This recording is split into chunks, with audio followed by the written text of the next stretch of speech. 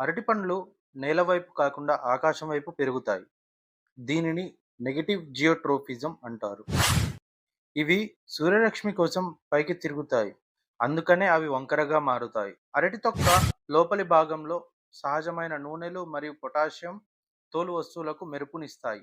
మనకు తెలిసింది కేవలం పసుపు పచ్చ అరటిపండ్లు మాత్రమే.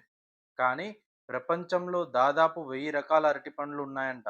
ప్రపంచంలోనే అత్యధికంగా అరటిపండ్లను ఉత్పత్తి చేసే దేశం మన భారతదేశం. అరటిపండుని హ్యాపీ ఫ్రూట్ అని కూడా అంటారు. ఇందులో ఉండే అమినో యాసిడ్స్ మన మెదడులోని సెరోటోనిన్ అనే హ్యాపీ హార్మోన్‌ని విడుదల చేస్తుంది. అందుకనే మనం డిప్రెషన్‌లో ఉన్నప్పుడు అరటిపండు తింటే డిప్రెషన్ తగ్గుతుంది. అరటిపండ్లలో పొటాషియం 40 అనే సహజ రేడియోధార్మిక ఐసోటోప్ ఉంటుంది. ఒకేసారి సుమారు కోటి అరటిపండ్లను తింటే తప్ప రేడియేషన్ వల్ల మనిషికి ప్రమాదం జరగదు.